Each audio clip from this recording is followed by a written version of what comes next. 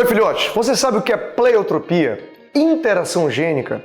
Gene alelo, gene, genótipo, fenótipo? Então você está no lugar certo. Essa aula é nossa aula básica de genética, é como uma aula dicionário. Então te inscreve, dá o like, indica para os amigos, ativa o sino porque essa não é a única aula, vão ter muito mais aulas para vocês. Acompanhe.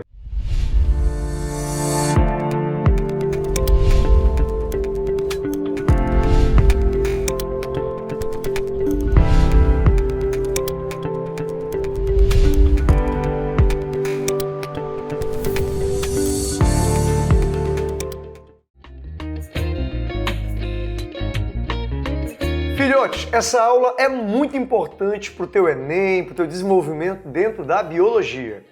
O que nós vamos ver agora são conceitos basicões em genética, mas é basicão mesmo. Essa aqui para mim é uma aula de dicionário. São conceitos fundamentais para que você consiga ler um artigo acadêmico, para que você entenda uma prova do Enem, para que você consiga entender um livro didático, tá bom? Então, fica ligado. Primeiro conceito basicão é gene, que é a unidade da genética. O que é um gene? Ele é um pedaço do meu DNA que determina alguma característica. E quando eu falo característica, eu estou me referindo a uma proteína. Olha para essa imagem aqui. Imagina que aqui nós temos uma molécula de DNA e nós temos a sequência de nucleotídeos. Fechou? Agora imagina que esse segmento aqui, ó, esse pedaço, essa cadeia de nucleotídeos é um gene. Porque essa região determina a produção da melanina, por exemplo, que é uma proteína, ou da queratina. Ou seja, esse gene vai determinar a cor do meu cabelo, vai determinar a cor da minha pele, a minha altura. Você entende? Então, gene é um segmento do meu DNA que determina alguma característica. Tá claro isso? Só que, olha que legal. Cada gene apresenta uma posição onde ele se localiza. Essa posição onde um gene fica se chama locus. A palavrinha é assim, ó. A gente chama locus. Então, quando eu falar locus gênico, é a posição ocupada pelo gene no DNA. Tudo bem? Só que, olha que legal agora. Nós descobrimos que existe também no DNA um pedaço, ó, uma sequência de nucleotídeos que não determina a característica. Essa região que não determina chama região não codificante. Tá aqui, ó, região não codificante. Por isso eu escrevi, é um pedaço do DNA que não determina características. Tá claro? Muito cuidado agora. Durante muitos anos, a região não codificante era conhecida como DNA lixo. Essa afirmação hoje está errada. Na verdade, a região não codificante tem duas funções muito importantes que eu vou te ensinar agora. Vamos pro quadro. Primeira função grande dele é assim, ó. A região não codificante é grandona. Ela pode equivaler a 97% de todo o DNA. Isso quer dizer que ela é maior do que a região ocupada pelos genes. Então, se um parasita tentar atacar o meu DNA, vai ser mais provável que ele afete a região não codificante do que o gene. Aí os meus genes estarão o quê? Camuflados. Guarda essa palavrinha para mim, tá? Como a região não codificante é enorme, os genes estão camuflados dentro dela. Fechou? Segunda função. Algumas trincas da região não codificante podem saltar para dentro de um gene. Se isso acontecer, a função do gene será alterada e aí eu vou ter variabilidade genética. Qual é a grande importância da variabilidade genética nas populações?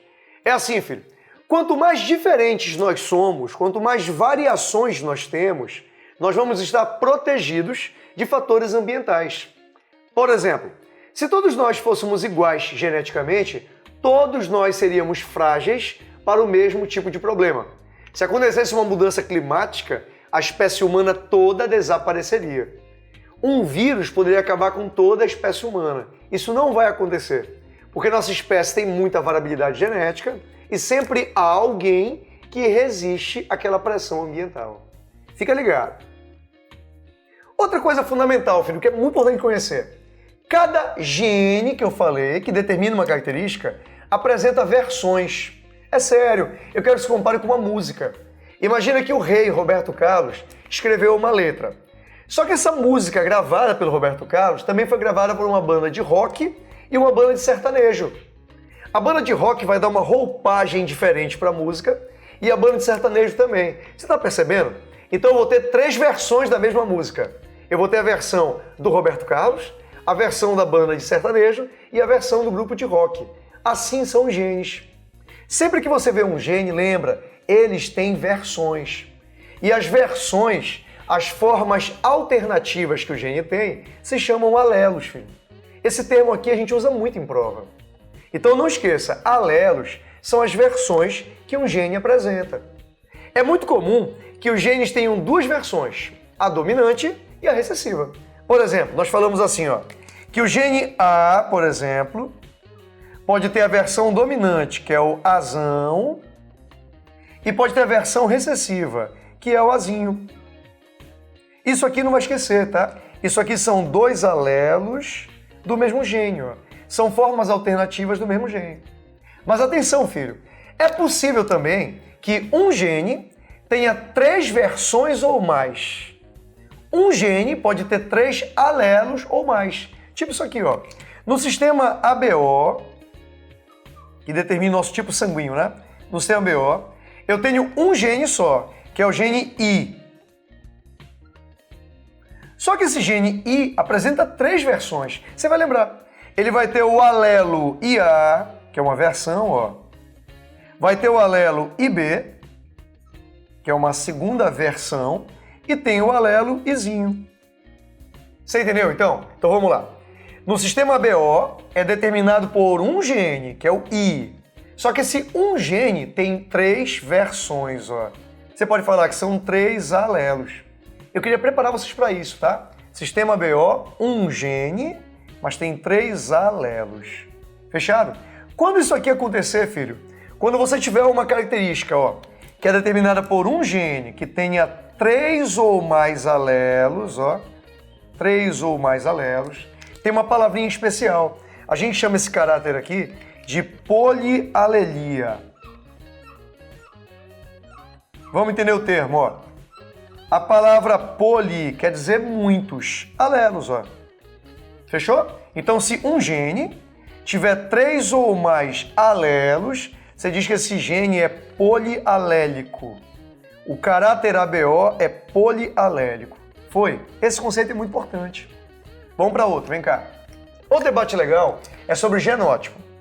O genótipo é o conjunto de genes de um ser. Então, se você pegar os genes que o professor Renac apresenta, esse vai ser o meu genótipo. Tá bem? E o que é fenótipo? Cuidado agora. Fenótipo são as características de um indivíduo que dependem da interação entre o meu genótipo e o ambiente. Olha que legal isso, filho. Observa lá. A minha altura, por exemplo. A minha altura depende do gene que eu recebi do meu pai e da minha mãe, claro, tem o fator genético, e depende também de fatores ambientais. Por exemplo, o tipo de alimentação que eu recebi na infância. Isso determina a minha altura. A prática de atividade física determina a minha altura também. Então eu tenho o fator genético e tenho os fatores ambientais determinando esse fenótipo. Deu para entender a história? Agora, olha que legal. Se o meu fenótipo depende da interação do gene com o ambiente, então cuidado para a observação. O nosso fenótipo é plástico. Eu quero que você repita isso sempre, tá? O seu fenótipo é plástico. Eu estou dizendo que ele é mutável. Eu estou dizendo que ele pode mudar. Em função do quê? Do meio. Quer ver um exemplo muito interessante? Imagina que eu peguei 2 sementes que têm o mesmo DNA, que são sementes gêmeas univitelinas, tá? São de uma mesma plantinha gêmea. Só que uma eu vou plantar na região da Caatinga, que tem um solo seco. A outra eu vou plantar na Amazônia, que tem um solo úmido. O que é que vai acontecer, filho? Aquela semente plantada na Caatinga vai desenvolver folhas que vão ter a lâmina, a superfície foliar mais estreita, que é para reduzir a transpiração. Já aquela plantada na Amazônia vai ter a lâmina foliar mais larga, que é para aumentar a transpiração. Por mais que as duas sementes tenham o mesmo genótipo, o mesmo DNA, eles vão manifestar diferentes fenótipos. A gente observa isso também em gêmeos. Se você pegar dois seres humanos que são gêmeos univitelinos, pode ser que um seja mais alto que o outro. Pode ser que um, por exemplo, tenha a barba mais cheia que o outro. Porque o fenótipo muda. Gêmeos univitelinos têm o mesmo genótipo, os mesmos genes, mas têm fenótipo diferente, porque pode desenvolver em ambientes diferentes. Vamos lá, galera? Agora vamos fechar com dois conceitos muito interessantes e é basicão. Primeiro é pleiotropia. O que é isso? Eu tinha dito para vocês que um gene determina uma proteína, um gene determina uma característica, não é isso? Bom, é possível que um único gene determine mais de um caráter ao mesmo tempo. A gente chama isso pleiotropia. Olha o que eu escrevi, vamos entender. É quando um par de alelos determina várias características simultaneamente. Vamos pegar um exemplo, entender? Exemplo aqui vai ser fenilcetonúria. A fenilcetonúria é causada pelo seguinte: existe um aminoácido chamado fenilanina. No corpo humano, ele tem que ser transformado em uma outra substância chamada tirosina. A fenilcetonúria é quando o paciente tem mutação num gene e produz de maneira errada uma enzima que deveria converter a fenilanina em tirosina. Dessa maneira, a fenilanina não é quebrada. Os níveis elevam e isso se torna tóxico para o sistema nervoso. Afeta em várias características do indivíduo. Então, olha só que interessante. Imagina que eu tenho um homem que é azão-azinho. Esse azinho aqui, ó, é o gene mutante da fenilcetonúria. Imagina que ele casou com uma mulher que também é azão-azinho, ó. Esse gene aqui é o mutante da fenilcetonúria. Como é um gene recessivo, repara que o homem não manifesta e a mulher não manifesta. Porque por ser um gene recessivo, eles só manifestariam se tivessem em dose dupla. Foi. Agora imagina que o filho deles fez isso aqui, ó. Herdou o azinho do pai e herdou o azinho da mãe. Então, esse par de alelos, aqui, ó. Lembra que isso aqui são dois alelos do mesmo gene. Esse par de alelos vai levar o paciente a ter fenilcetonúria e isso vai atuar em várias características ao mesmo tempo. Então, não esqueça, é possível que um único par de alelos atue em várias características ao mesmo tempo. Guardem para mim o termo, é pleiotropia. Vamos para cá agora. Agora vamos conhecer o contrário da pleiotropia, chama interação gênica. O nome é muito didático. O que é isso? Ó?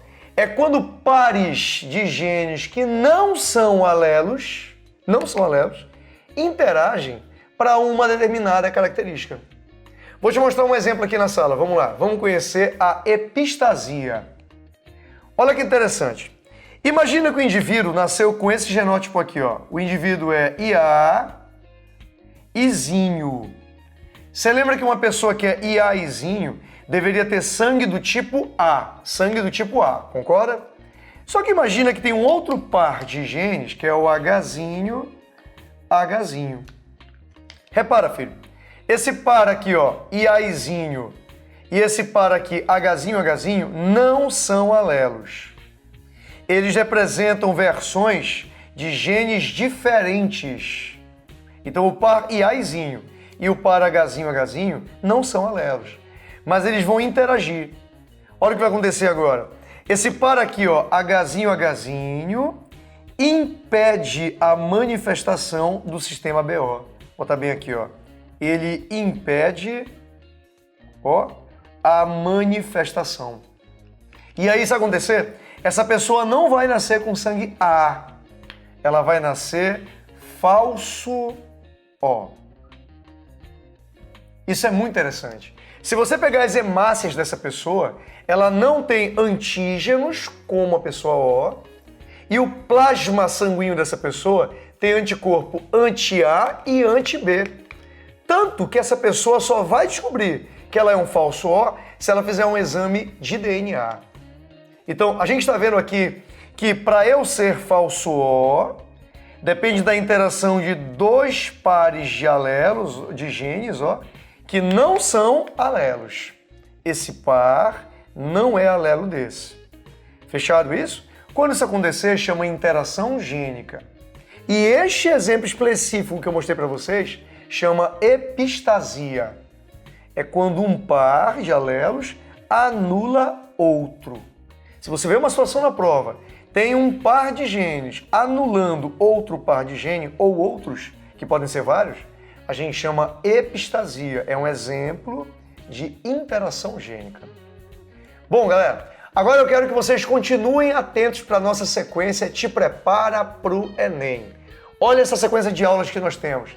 Já assistiu todas? Assista, complete o seu preparo, que eu tenho certeza que você vai passar. Inscreve e dá o apoio para o nosso canal. Um beijo!